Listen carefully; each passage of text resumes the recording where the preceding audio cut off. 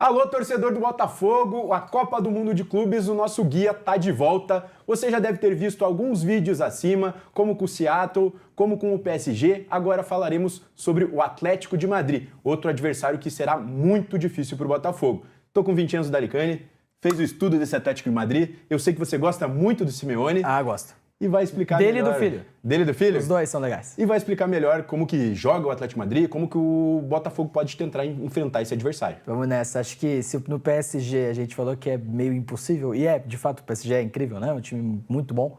O Atlético de Madrid tem algumas falhas, tem alguns aspectos que dá para ser explorados pelo Botafogo. E aí sim, talvez uma pontuação nesse jogo não seja uma loucura da gente projetar, tá? Vamos começar com números do Atlético de Madrid nessa temporada. Não foi uma temporada de tanto destaque assim. 55 partidas disputadas, 34 vitórias, 11 empates, 10 derrotas, 109 gols marcados, 50 gols sofridos. É um time que não consegue, luta pelo título de fato de La Liga, né? Mas não consegue ser campeão, não consegue vencer Barcelona e também o Real Madrid. Acaba eliminado para o Barcelona na Copa do Rei e também na Champions League, não consegue avançar tanto assim, não consegue chegar às fases derradeiras da competição.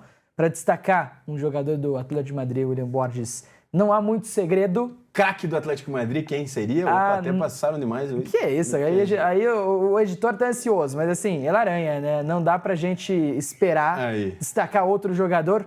Este aqui, Julián Álvares, destacaço da seleção argentina. 37 partidas disputadas em La Liga, né? 17 gols marcados, então ele está em lucro, teve 14, pouco mais de 14 gols esperados, marcou 17, deu 4 assistências, deu um pouco mais, era esperado que desse um pouco mais, e ele teve 9 grandes chances criadas. É um jogador muito móvel, é um centroavante muito rápido, tem uma técnica espetacular, e ele pode jogar ao lado do Griezmann, ou ao lado do Sorloth, né? E fazer funções diferentes. Ao lado do Griezmann, ele é o cara terminal, de finalização da jogada. Ao lado do Sorloth, o Sorloth é o centroavante, e aí ele passa a ser um meia de criação, de articulação de jogada. Ele é muito polivalente, né? A gente foi até no Manchester City mesmo. Sim. Muitas vezes jogou ao lado do Haaland. Na própria seleção da Argentina, ele era o centroavante, mas na marcação ele tinha que fazer a função do Messi para compensar essa falta de marcação do Messi. Então é um jogador muito útil no ataque que faz várias funções. Assumiu o protagonismo que era esperado que ele assumisse. Era uma dúvida? Era, mas ele era uma contratação gigante e tem um protagonismo hoje no Atlético muito interessante. Né? Até por isso eu acho que a escolha dele ir para o Atlético de Madrid, né? Sim, para ter esse protagonismo que no City ele não teria. Para não ficar na sombra do Haaland, né? Mas o Julián Álvares já era meio previsível, eu já esperava. Era a escolha óbvia. Agora, quem ficar de olho no Atlético de Madrid? Vamos lá, falei do filho e é ele, Giuliano Simeone, filho do chefe. Do chefe, lógico. Nem por isso ele joga só porque é filho, tá? Ele é um cara que se doa muito, é um carregador de piano, operário da bola. Nos números nem tanto destaque assim. 33 partidas, 6 assistências distribuídas, 13 grandes chances criadas, esse sim um número bem interessante, com 0,8 passes decisivos por partida. Cria quase uma chance que gera finalização por jogo. O número não é a melhor coisa do mundo. Números em La Liga, né? É, em La Liga, exatamente. Não é a melhor coisa do mundo, mas o que ele contribui na marcação, o que ele contribui para explorar o corredor do lado direito. É um jogador muito rápido, chega muito bem no fundo, incomoda. É muito interessante. Assim, é filho dele, né? É filho do Simeone de verdade. Dá para ver isso dentro do campo. A gente pode seguir pro time base desse Atlético de Madrid. Escalação desse Atlético de Madrid. Vamos lá. Que pode ter algumas variações, né? Mas pode mudar, claro. Em teoria, treinador Simeone. Exato. O Oblak é o goleiro, o Marcos Llorente, ele é volante de origem, tem sido lateral direito há 2 temporadas lá no Atlético. Também tem o Lenormand, que teve uma temporada espetacular pela Real Sociedad, zagueiro da seleção espanhola, contratado nessa temporada pelo Atlético de Madrid, foi muito bem. O Lenglet, Barcelona, e o Javi Galán, lateral esquerdo, um bom lateral esquerdo, inclusive, nesse time do Atlético, né? Coque, Depou e Pablo Barrios como uma possibilidade de armação de meio campo, com o Giuliano Simeone pelo lado direito, o Griezmann um pouco atrás do centroavante, Julián Álvares, El Aranha, né, desde os tempos de River Plate. Sobre o Pablo Barrios, tá? Pode ser o Samulino. E aí, se está ele ou se está o Pablo Barrios, muda um pouco da dinâmica. Samulino, brasileiro, jogador que é um cara que atua muito pela ala, muito rápido, Você muito abre explosivo. O time, né? Abre Com completamente. O Pablo Barrios fica um time mais centralizado. Exato, e para explicar a gente vai mostrar aqui. Quando tá o Samulino, ele é o cara da amplitude, da largura no campo, e o Javi Galán passa a ser um meio-campista. Quando está o Pablo Barrios, o Javi Galán explora o corredor e o Pablo Barrios passa a ser um meio-campista. Essa variação dependendo do jogador. Dependendo de como está montado. Já que você falou de... Que poderia ser o Conor Gallagher também, que já jogou aberto em alguns momentos também. Sim, que atua bastante, Atua né? bastante, Atua bastante. E você também comentou anteriormente do Sorloth. Que sim. pode jogar, também pode ter essa variação. Mas já que você comentou que você vai mostrar melhor a questão de Vamos vídeo, lá. como que funciona, vamos trazer os vídeos. Mas antes disso, eu peço para você que está nos assistindo, que deixe seu like, que compartilhe com os amigos, que quanto mais o YouTube entende que quanto mais curtidas, mais o povo aprova o nosso trabalho, a gente consegue trazer um conteúdo legal. É isso. Vamos mostrar os vídeos pra galera? Vamos nessa, vamos começar essa análise do vídeo porque é muito interessante e acho que é algo que a gente tem a mostrar algumas variações muito legais desse Atlético de Madrid, né? Aqui a estrutura base tá nesse ângulo até diferente das transmissões de La Liga. Aqui o Javi Galán, lateral esquerdo, Lenglet, zagueiro da esquerda, Lenormand e Llorente, então 4 defensores. Essa formação com o Koke e o Depou em linha. Samulino pela esquerda, Julián Álvares pelo centro, né, como esse articulador, o Simeone pelo lado direito e o Sorloth um pouco mais à frente como centroavante desse time. E aqui a gente pode perceber que o Griezmann não estava em campo, então Exato. o Julián Álvares faz essa função do Griezmann. Exatamente, esse é o apontamento. O Julián desce um pouquinho mais, participa um pouco mais da articulação com o Sorloth na referência do ataque, né? Estrutura base, algo normal, algo comum, até vai gerar o lançamento O desenho do tá Lenglet. bem bonitinho, dá pra ver, bonitinho, exatamente. Então gera o lançamento do Lenglet que acaba não dando em nada naquela jogada, né? Algumas coisas a serem destacadas, né? Mencionei a questão do Javi Galán se tornar um meio-campista. Olha o movimento, o Koke vai sair da volância, vai se aproximar da construção, dos jogadores que estão construindo com a bola, com o trio Lenglet, Lenormand e o Llorente com 3 jogadores. O Depou é outro cara a participar dessa construção com o Juliano Simeone aberto por lá. O que acontece? O Koke no meio-campo desce, e aí a gente pode dar o play no vídeo para entender que o Javi Galán da lateral sobe a essa inversão de jogada, que o Javi Galán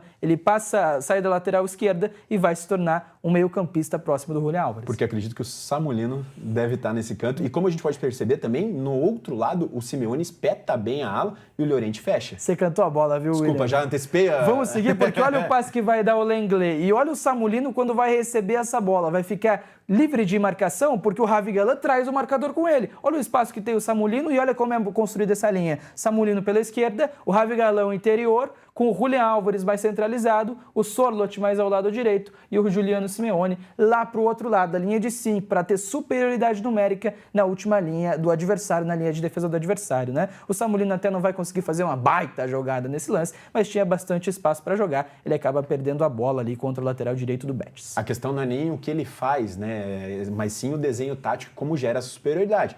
A definição do jogador é outra história, mas ali mostra exatamente o trabalho desenho. do treinador, o trabalho tático é para deixar o cara na condição de fazer alguma coisa, para deixar o Samulino não contra um. Se ele vai conseguir individualmente ter a alternativa certa, outros 500, tá? Outra coisa que acontece bastante nesse time do Atlético de Madrid, aqui o Juliano Simeone, Julián Álvares, Koke, Llorente e Depou, muito próximos do lado direito do gramado, com o Samulino praticamente isolado. A intenção é acumular jogadores de um lado para, quando a bola virar para o outro, o jogador do outro lado, do lado fraco, do lado que tem menos jogadores, vai estar no 1 contra a marcação. Na sequência do lance a gente vai entender isso. A bola vai rodar, vai voltar até a defesa e vai virar com o Samulino. Olha o Javi Galán apontando, volta, porque... E ele olha depois para o Samulino e ele faz, vai, né?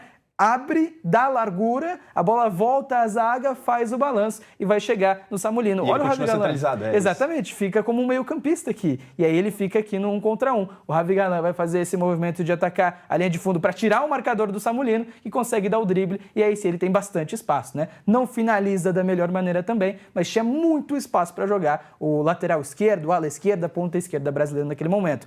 Construção com Koke e Depou. Repara, os dois vão descer juntos na jogada, praticamente coordenados, praticamente na mesma passada por ali, quando o Atlético de Madrid vai construir. Dá até para dar o play no lance, o Depou e o Koke descem juntos, se aproximam muito dos dois zagueiros, o Lenglet e o Lenormand. Na verdade, aquele é o Lenormand, o Lenglet do outro lado e ali o Marcos Llorente, né? O que é interessante? Olha onde está o Javi Galán nesse momento. De novo, mais ao meio, para dar a opção do passe para o Depou. Mais uma vez, a bola é aberta para o Samulino, que tem 1 contra o lateral direito do adversário. E aí os jogadores atacam do outro lado de novo. A decisão não foi a melhor, não foi bem colocada. Esse vídeo é pra sacanear o Samulino, Esse vídeo não é um ataque ao Samulino, mas dá pra ver quantas vezes ele fica livre de marcação, ou pelo menos num contra um pelo lado esquerdo. O que me chamou a esquerdo. atenção é essa saída em 3 também, sempre com o Llorente fazendo esse terceiro homem na construção, né? Exatamente, mas nem sempre. A gente vai entender isso aqui também. O que acontece? O Atlético de Madrid tem a bola nessa construção, nessa zaga com o Lenglet naquele momento, e aí o que acontece? Olha aqui, o Depol olha pro Llorente e faz a movimentação para virar o lateral para se aproximar dos zagueiros.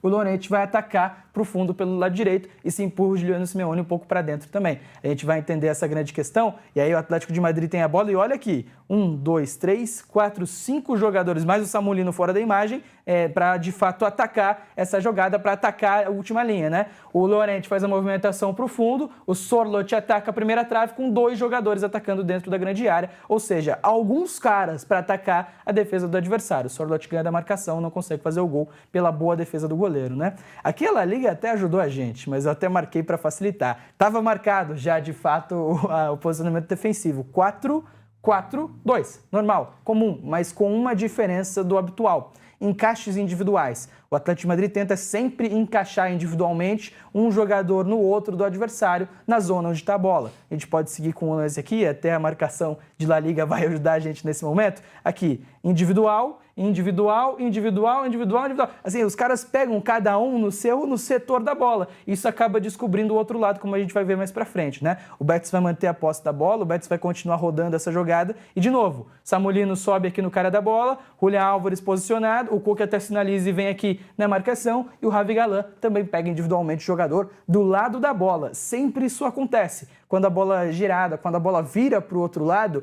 o Atlético de Madrid tem algumas dificuldades. De novo, tem espaço.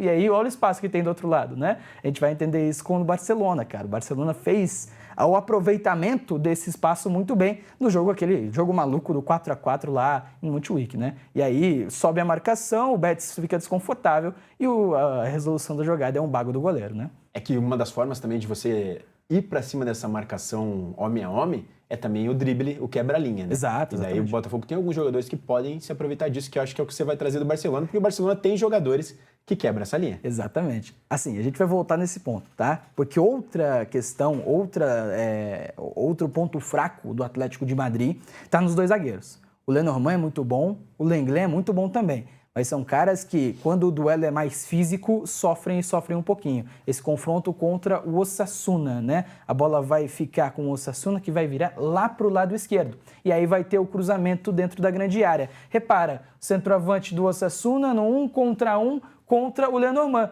Ele tem a bola cruzada, antecipa fácil a marcação e consegue no peixinho fazer o gol. Esse lance é ainda pior contra o Las Palmas, né? O Lenormand tá no 1 contra 1 contra um atacante que é da mesma estatura, talvez um pouco mais alto, perde a primeira. Aí o Lenglet vai tentar disputar a segunda, ele perde também. E aí o Atlético de Madrid não consegue ficar com essa bola, no lado físico perde em algumas jogadas e aí a bola sobe para fazer o gol. Falei do Barcelona, tá? Mas muito por que você mostrou o centroavante ali?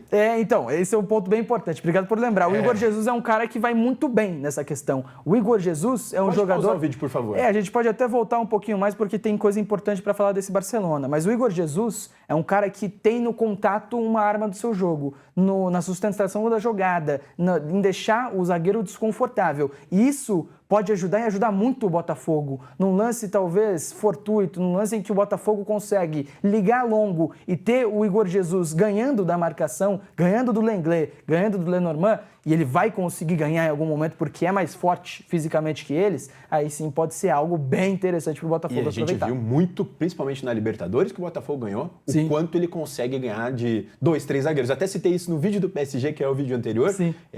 Ele tem essa capacidade física muito boa para bater de frente com vários zagueiros. Contra o Palmeiras, cara, o que fez ele com o Murilo, com o Gustavo Gomes naquelas quartas de final foi espetacular. Ele é um cara que tem esse lado físico, esse lado de contato no jogo dele. E é muito importante, assim, vai ser muito importante nessa partida contra o Atlético de Madrid. Lance com o Barcelona agora para mostrar outro quesito, tá?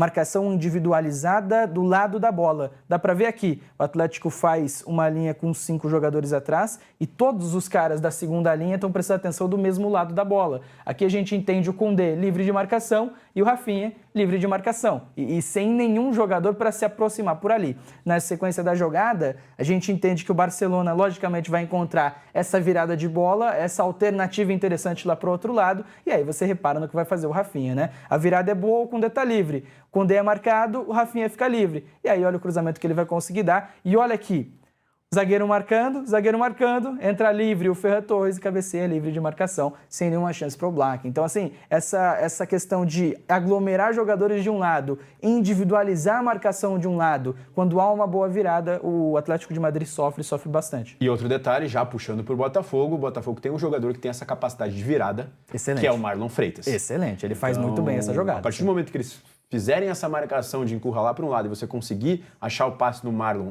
a ponto dele conseguir fazer a virada de jogo, pode pegar desprevenido a defesa adversária. Exatamente. Mais um exemplo e mais um gol do Barcelona marcado dessa maneira no jogo contra o Atlético de Madrid. De novo, jogada aqui para o lado esquerdo do Barcelona. Olha os jogadores do Atlético de Madrid, todos virados para esse lado. A bola vai rodar, o Pedri vai encontrar o Lamine Yamal e aí qualquer espacinho é um espação para ele, né? O corte, a batida desvia e engana o Oblak que não consegue fazer nada, né? Então, assim, são exemplos de que o Botafogo pode fazer. Primeiro, sobrecarregar a dupla de zaga fisicamente falando. O Igor Jesus é muito importante. O Botafogo tem usado uma dupla de ataque. Talvez o Mascherano possa ser importante. O Juan Cruz, jogadores físicos para tentar vencer esse duelo físico contra Lenglet e Lenormand, né? Arthur Cabral, exatamente, que está chegando agora e também tem esse lado físico muito interessante. Tem análise dele aqui no canal também. Então, assim, muito legal esse ponto para o Botafogo. Agora, se o Atlético de Madrid descer o bloco e der a posse ao Botafogo, essa virada de jogo vai ser muito importante para encontrar o cara livre e aí a tomada de decisão e a questão técnica da coisa, a questão do jogador conseguir entender a melhor opção, se é um bom cruzamento, se é uma batida em gol, aí vai ser excepcional para o Botafogo. Então esses dois pontos assim podem deixar uma partida que, na minha opinião, é desequilibrado. O Atlético de Madrid logicamente tem vantagem, mas podem equilibrar cada vez mais o cenário, né? E pode ser a partida decisiva, né? É a terceira partida e dependendo da combinação de resultados até chegar lá, pode ser uma partida em que seja uma final antecipada ali do grupo, né? Em que os dois precisem ganhar para passar. Isso, né? Exatamente.